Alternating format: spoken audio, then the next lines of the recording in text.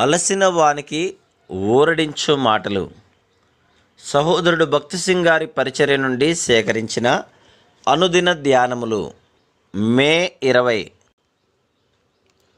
మనం పోరాడునది శరీరులతో కాదు గాని ఆకాశ మండలమందున దురాత్మల సమూహములతోనూ పోరాడుచున్నాము.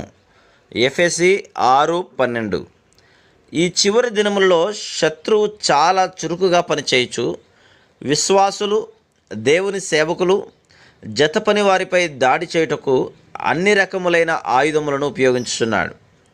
వాడు వివిధ రకములైన తంత్రములతో కూడిన కుయుక్తులు పన్ని మన విశ్వాసమును సన్నగిల్లజేయును. మనలో కలహములు పుట్టించుచు, ఆత్మీయ విషయములలో నిర్లక్ష్యపరులనుగా చేయుచు, నిరుత్సాహంతో మన హృదయములను నింపుచు, మనలో కలవరమును తీసుకొని వస్తున్నాడు. దేవుడు మనకు విచారము, నిరుత్సాహము, అనుమానము, భయము, కలహము, అసూయ, కోపము మున్నగు వాటిని జయించుటకు ఆయుధములనిచ్చెను. మనము ఆ ఆయుధములేమో ఎరిగి వాటిని ఎట్లా ఉపయోగించవలనో తెలుసుకొనవలను. ఈ ఆయుధములన్నిటినీ సరైన విధానములో ఉపయోగించవలను. 2 కొరింథీ 10:4-6 మనం కొన్ని ఆయుధములను చూడగలం. మా యుద్ధోపకరణములు శరీర సంబంధమైనవి కావు గాని దేవుని ఎదుట దుర్గములను పడద్రోయజాలినంత బలము గలవై ఉన్నవి. శత్రువును ఓడించి వాని దాడులను ఎదిరించుటకు మొట్టమొదటి గొప్ప ఆయుధం సంపూర్ణమైన విధేయతయే. దేవుడు మనతో మాట్లాడి దేనినైనా మనకు చూపించిన ఎడల మనం వెంటనే విధేయత చూపించవలను. అవిధేయతను బట్టియే మనం బలహీనపరచబడదుము. మనం వినుటకు సిద్ధపడదుము కానీ విధేయత చూపించుటకు కాదు. సంతోషముగా వెంటనే విధేయత చూపించుటయే పునరుద్ధాన శక్తి యొక్క రహస్యం.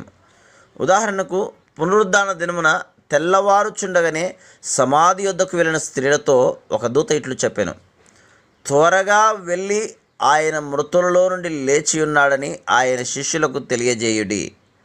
ఇదిగో ఆయన గలిలయలోనికి మీకు ముందుగా వెళ్ళును, అక్కడ మీరు ఆయనను చూచుదురు. ఇదిగో మీతో చెప్పి తినను. మత్తయి 28:7. 8వ వచనంలో వారు భయముతోనూ మహానందముతోనూ సమాధి యొద్ద నుండి త్వరగా వెళ్ళి ఆయన శిష్యులకు ఆ వర్తమానము తెలుప పరిగెత్తిరి. వారు వెంటనే విధేయత చూపిరి.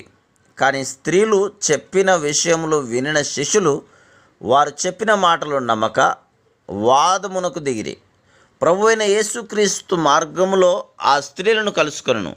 పునరుద్ధానం యొక్క మొదటి సాక్షులుగా నుండి ఆధిక్యతను శిష్యులు కోల్పోయిరి. ఆ విధంగా సంతోషముతో త్వరితగతిని చూపు విధేయత విజయమును కలుగజేయును. ప్రభువు మనకేది చూపునో దానికి వెంటనే విధేయత చూపవలను. అప్పుడు మన ప్రార్థనలకు త్వరగా జవాబు వచ్చును. బిగ్గరగా దీర్ఘ ప్రార్థనలు చేసినంత మాత్రమున మన ప్రార్థనలకు జవాబు రాదు. దేవునికి విరోధముగా నీవు అవిధేయతను చూపించలేదన్న విషయమును నీవు నిశ్చయం చేసుకొనుము. మన ప్రార్థనలకు వెంటనే జవాబు రాకున్నను నిరుత్సాహపడక ఎల్లప్పుడూ ప్రార్థించుటయే 2వ ఆయుధం. వారు విసుగక నిత్యము ప్రార్థన చేయుచుండవలెను. లూకా 18:1. చాలా తరచుగా మనం ప్రార్థనలో ఏకాగ్రత కలిగి ఉండలేము.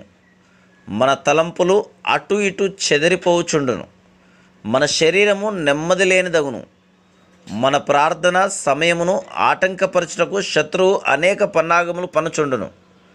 చాలా పర్యాయములు 1 గంట సేపు ప్రార్థించవలనని తీర్మానం చేసుకుందాము.